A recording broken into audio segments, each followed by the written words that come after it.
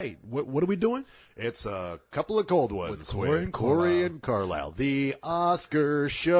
Oh yeah, that's going to probably take up all our time. All right, some of our listeners say a cocoa, a couple of cold ones. Somebody put the acronym up. A cocoa? Yeah, well, I think it was Alex Hacker. Dude, why'd you have to make it sound gay? Welcome to a cocoa. I didn't say it like that. I could have said a cocoa, but so what do we do every week? We start with the top 5 in movies. How you doing over there, Jason? We got somebody lying on the floor over here. Why do we have to talk about Jason? He's passed out. I know. Dude, we've lost Jason. Yeah, he's just over there ignoring us. Jason is practically lying on the floor like a drunk man. Are you okay? I'm doing all right. Okay, all right. Just checking on you, man. Why don't you get a chair or something? Okay, no, fuck it, never mind. Okay, Well, why are we even addressing this? Because he's over there being cool, being quiet, making sure not to disturb us while we're recording, and you're like, hey man, what's up? Let's talk to the guy who's not mic'd. Yeah, that would be awesome. Because he's laying on the floor like a homeless man. I'm just trying to make sure he's comfortable, but I guess he is. Or what you call Tuesdays. Oh, fuck you, man. I don't even know what that means. Anyway, let's start out with the top 5. Let's start out with number 5. And at number 5, we have Fool's Gold. Well, the movie that just won't go away. That fucker won't die, It's man. like herpes, dude. That movie just won't go away. And there's no cream for it. No, there isn't. And the thing is what depresses me is number 6 is the far superior film. Once again, definitely maybe, is edged out by Fool's Gold because, well, fools fucking watch it. Yeah, exactly. Exactly. They knew what they were doing. They named it that. And the thing is, and what kills me is I talked to my mom today, and I was like, so you've seen Definitely Maybe, right? Oh, yes. But how's that Fool's Gold? Oh, shit. I mean, come on. You know that's why the movie's doing well, because our mothers will see that shit. Our mothers will see that. But I'm proud of my mom. She went and she saw Definitely Maybe instead of Fool's Gold first. But now she wants to go see Fool's Gold. No, she it's really loved weird. it.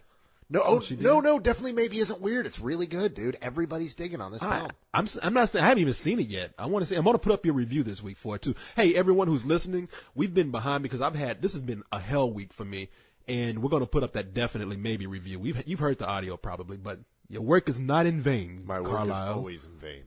Let's see what we have. Number 4. Step Up to the Streets, to the Screets. And that's another movie that dumbasses are going to see. That shit won't go away either. Well, but this is the second week. At least it dropped from 2 to 4. Yeah. But still, Step up to another crappy movie. Step up to a bunch of ignorant fools paying for tickets. Well, it's in this one. It's like Step Up to ghetto white people. Because now the kids acting ghetto. You know, they're the ones going to the parties and dancing, and they're the ones the black kids are coming out and saying, "Oh, you don't belong here." And I was just like, "Come on, man, that don't happen in life." Oh no, that's that. But see, that how awesome would that be? You know, you've got the black people like, "Oh, you've come to the wrong party," and then the white kids like, "Fool, you trifling." Yeah, exactly. Time for a dance off. White off. We'll take you down. Step up to the suburban streets. Can't believe this. You know, they're trying to do this discrimination and shit with this movie. Come on, get real. Anyway, now number 3 is a movie that you'll be happy to hear that's kind of stayed solid. Is the Spiderwick Chronicles. Stayed at number 3. It stayed at number 3, and it deserves to do better, but it's one of those that's it's catching on with people. They're seeing it. It's holding out, and it's doing well because people are going, yeah, it really is good. It's not the disappointing fantasy film. Well, the fact that it hasn't been pushed down and that it's just kind of, stayed in place is looming. It's looming. I'd like to say it's just kind of anchored. It ain't going nowhere yet. And at number 2, we have Jumper, which, look, a lot of people, I don't know what they were expecting from this movie. I saw it. It's dumb as shit, man. Yeah. But it's not terrible. How could it be terrible? It's directed by Doug Liman, and Doug Liman is a solid freaking director. Yeah, I mean, people are like, "Oh, it's got Hayden Christensen, and it's about guys who jump around, and it's from Fox." But it's got Doug Liman. Doug Liman is what keeps this thing from going into total crap. Doug Liman, he did Go. He did what else? Didn't he do the first Born Supremacy? The Born Supremacy. Born Identity. The first Born. Yeah, the Born Identity. He did Go. He did. Didn't he do Swingers? Wasn't Swingers his? I think that was his. Yeah, because Go is kind of the same poster as Swingers. Yeah. So the guy's a good director. I mean, this is probably his dumbest movie that I've seen because the movie is stupid. I mean, you look at a picture of the Eiffel Tower and you could pop up there. I mean, the movie's stupid, but it has special effects. I've seen dumber movies that people have actually liked. If that was really the plot, I got to ask you this, Korey. Oh shit! How come in your review, there wasn't a joke about you watching porn? Because you guys went off for like an hour on teleporting to the toilet, and really, you know what we'd all use that for? Girls' bathrooms and dormitories, shower stalls. We'd use it for going to porn sets. Because you know what would happen? Like, I'd be watching porn and I'd jump there and the girl's gone. I'd jump there and I'm in the middle of spooge in the middle of the bed. You're in the middle of dude porn. Yeah, exactly. I pop up like, ooh, I'm in the middle of a puddle. Shit, what's going on? Gotta pop back. Why is this bed so crusty? Yeah, exactly. If I could pop up and be in the middle of the shoot, that'd be fine with me, but I don't think that would happen. Now that's just crazy. Number one is Vantage Point. And I don't know, man. I knew it was going to be number one. It's not a really good movie, though. Yeah, but see, I got to see this now because I listened to your review, and your review told me that I have to see this for myself. Well, okay, what did my review tell you? Pretty much you telling me, like, I'm going to do the opposite of what Korey says. No. There are certain key things in your reviews that I listen for. There are certain things that say, I'm going to agree with Korey, and then there are times where you get hung up on the stupidest little shit, and half the review was spent talking about these underfunded terrorists and their super iPod, and I heard that, and I was like, oh, this is one of those things where that got under his skin, and he just could not let that go. That's not the only thing I said. I said the dialogue was bad. I said that the movie was convoluted. I said a lot of things. But you get hung up on things that I say. What hung you up, though, was that iPhone, wasn't it? I mentioned that one time, Carlyle. Why you hanging out? Why you getting hung up? It's stupid. I said that one time. I mentioned one thing that was dumb in the movie, and all of a sudden you made it sound like I went on for like the whole 5 minutes saying this iPod is ridiculous. I drew a chart or something showing people what this shit was like. One thing. Okay, good. What are you doing? Nothing. But tell me, did it not stick in your craw? That iPhone just messed with you, didn't it? It did, yes. But but listening to you, I have known you long enough, my friend, that when I hear something like that, it's like, oh man, that's what really got him. I don't think I was the only one, though. I'm not saying the movie's genius by any stretch of the imagination because, Korey doesn't know what he's talking about. But now I'm like, you know what? We've seen films together where all really like the film and you'll hate it, and what'll really stick you is that somebody had a magical phone, and the magical phone just gets to you. Let me say something, first of all. I didn't get hung up on it. But it was a ridiculous thing. Man, a dude in this movie has a fucking phone that I could kind of take it if it controlled one thing. But this fan controlled a rifle. It controlled a fan in somebody's room. I think it even served as somebody's car alarm or something. And these terrorists can barely afford the fucking. Dude, it's a movie. Don't use that excuse. No. No. It is called the suspension of disbelief. No. It's called goddamn ridiculous is what it's called. Look, I don't even know. I'm doing another review of Vantage Point. I don't even want to dwell on this shit. And see, this I knew that if I brought it up, you would get this. You were hung up on that fucking iPhone. Shit, I think that iPhone, I think that iPod grew fucking feet and actually shot the president itself.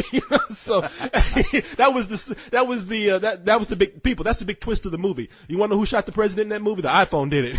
So anyway, Kennedy, it was an iPhone. It was an iPhone. Technology gone bad. So.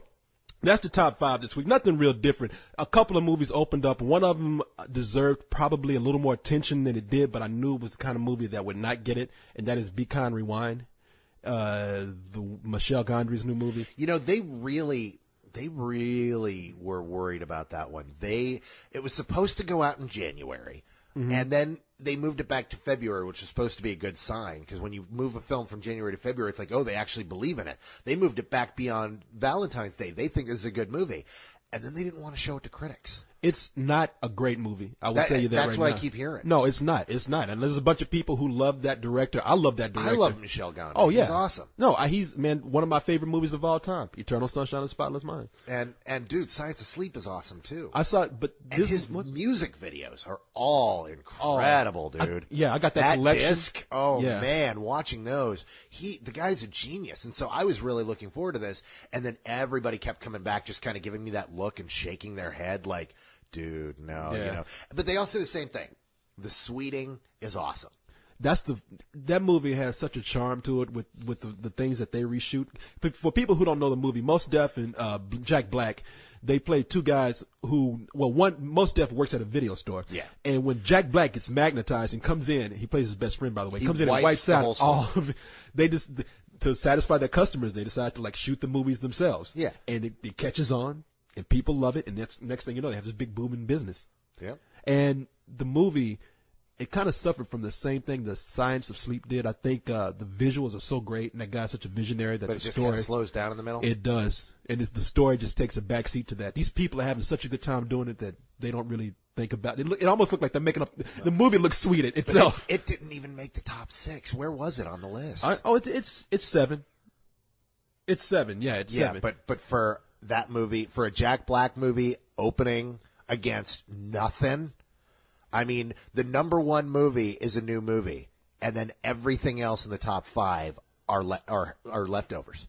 I see what you're saying. For Jack Black to have an opening like that, dude, it's officially over for Black. No, I don't think it's over. No, I think not like over, but like that hype, that buzz that Jack Black can do no wrong. He's, one of the kings of comedy. I mean, this is a big deal for his. You think so? Dude, 7th place opening weekend behind a Matthew McConaughey film that's been out for 3 fucking weeks. I don't think it's Jack Black. I think it's the nature of this movie, the director, and the agree, promotion they gave it. Except this is not how they're going to look at it out in Hollywood. You think so? I don't know. Yeah, no, because Jack Black was the lead in that film. He's been all over the advertisements. The advertisements haven't been Michel Gondry. The advertisements have been streaming video of Jack Black talking about sweeting in his new film.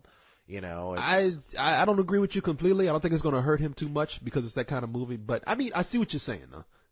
I'm not saying it's going to kill his career. I'm saying that's the end of the golden age of Jack Black. Was there ever a golden age of Jack Black? Dude, he was. No matter how stupid the movie was, it was making money. Really? What's the last stupid movie that he did that for? Oh God, now you're gonna. I never thought he was a big box office draw. I thought he was big. He really was. Like a big ass, but I didn't think he was a big draw. I mean, I don't know. But the movie, the nature of the movie itself just lent itself to not being in the top 5. And actually, for it to be number 7, I don't think it's all that bad. But Witless Protection. Man, dude, you never emailed me back. I emailed you because I was like, dude, should we go and see this? Because, dude, should we do it and review it? And you never emailed me back. And the reason why is because I didn't know if anybody even wanted to see it, and I sent Edie to go see it. And then after Edie saw it, I went to go see it. So look, this has been a hellish weekend, and I had so much to plan. I just couldn't dole out any more responsibilities or ask anybody to do anything. So come on, it's Witless Protection. Let me tell you this much. The thing is, I'm going to end up seeing it anyway. Why are you going? Don't do that.